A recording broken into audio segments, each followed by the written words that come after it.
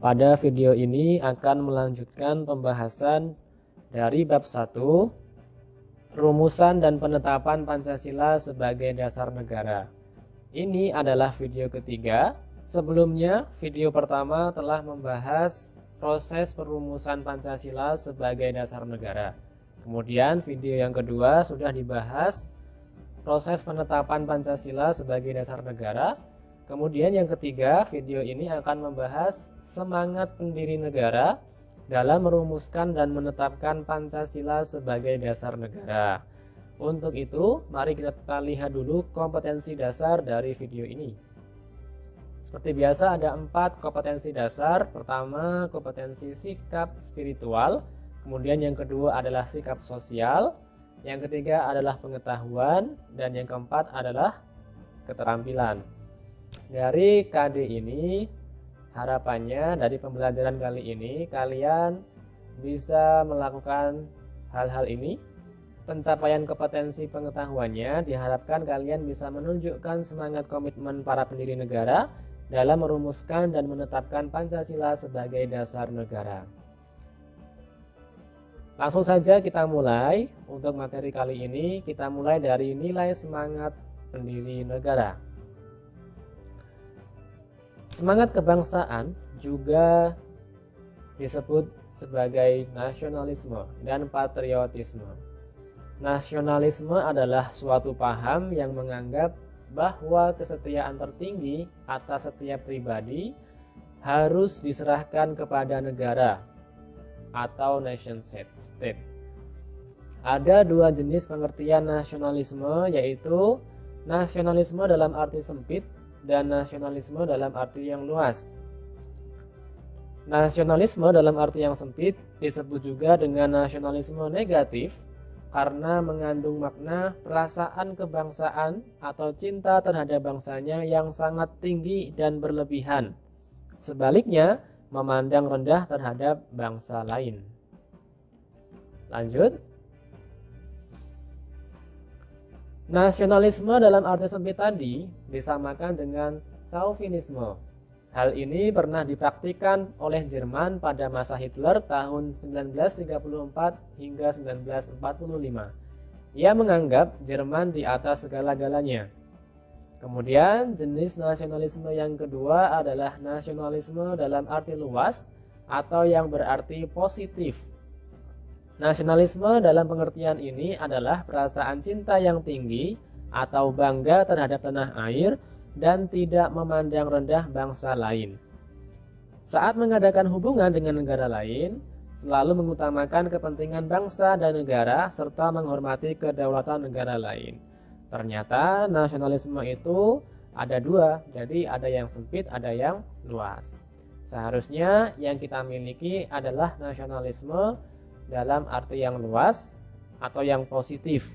Artinya kita tetap mencintai negara kita bangga terhadap negara kita, tetapi juga tidak memandang rendah bangsa lain.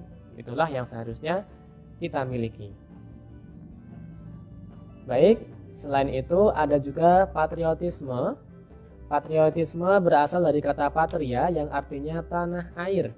Kata patria kemudian berubah menjadi kata patriot yang artinya seseorang yang mencintai tanah air. Oleh sebab itu, patriotisme berarti semangat cinta tanah air atau sikap seseorang yang bersedia mengorbankan segala-galanya untuk mempertahankan bangsanya. Sikap ini muncul setelah lahirnya nasionalisme. Namun, antara nasionalisme dan patriotisme umumnya diartikan sama. Jadi banyak yang mengartikan bahwasanya patriotisme dengan nasionalisme itu adalah sesuatu yang sama. Kemudian jiwa dan semangat 45. Jiwa patriotisme telah tampak pada sejarah perjuangan bangsa Indonesia. Jiwa dan semangat bangsa Indonesia untuk merebut kemerdekaan sering juga disebut sebagai jiwa dan semangat 45. Adapun hal-hal yang terkandung dalam jiwa dan semangat 45 diantaranya adalah pro patria atau primus patrialis. Artinya mencintai tanah air dan mendahulukan kepentingan tanah air. 2. jiwa solidaritas dan kesetiakawanan dari semua lapisan masyarakat terhadap perjuangan kemerdekaan. 3. Jiwa toleransi atau tenggang rasa antar agama, antar suku, antar golongan, dan antar bangsa. 4. Jiwa tanpa pamrih dan bertanggung jawab. 5. Jiwa kesatria dan kebesaran jiwa yang tidak mengandung balas dendam. Ini merupakan hal-hal yang terkandung dalam jiwa dan semangat 45. Jika kalian memiliki hal-hal ini, maka artinya kalian memiliki jiwa dan semangat 45.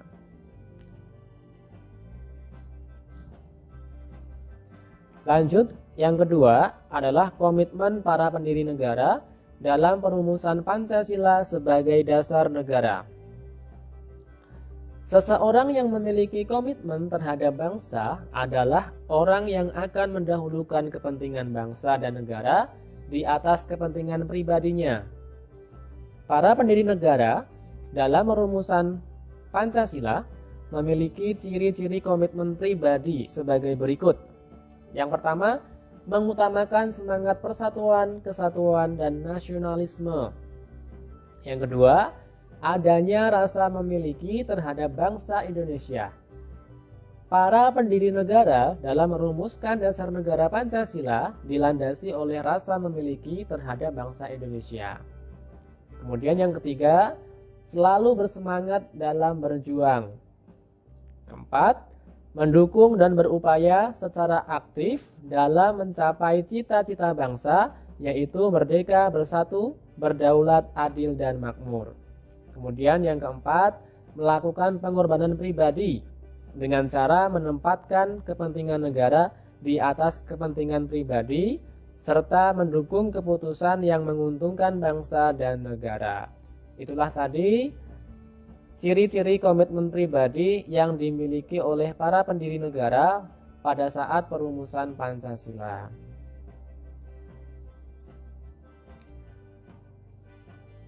Dan itu terlihat pada saat sidang BPUPKI maupun sidang PPKI. Seperti kita ketahui bahwasannya para pendiri negara lebih mengutamakan kepentingan nasional. Contohnya apa? Mengganti kalimat dalam sila pertama menjadi ketuhanan yang Maha Esa. Itu merupakan bukti bahwasanya lebih mengutamakan kepentingan nasional.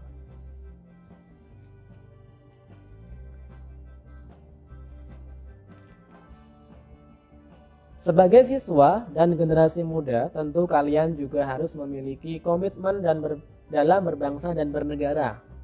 Komitmen berbangsa dan bernegara bagi generasi muda salah satunya dengan menerima Pancasila sebagai dasar negara yang dibentuk oleh para pendiri. Pancasila sebagai dasar negara kesatuan Republik Indonesia sudah final. Bersifat final karena telah menjadi kesepakatan nasional atau konsensus yang diterima secara luas oleh seluruh rakyat Indonesia.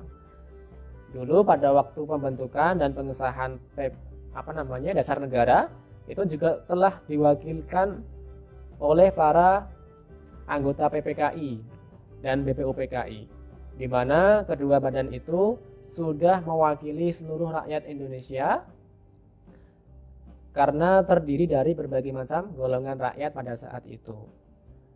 Sehingga Pancasila saat ini telah bersifat final, artinya tidak bisa dirubah lagi dan sudah menjadi kesepakatan bersama bahwasanya Pancasila menjadi dasar negara Indonesia.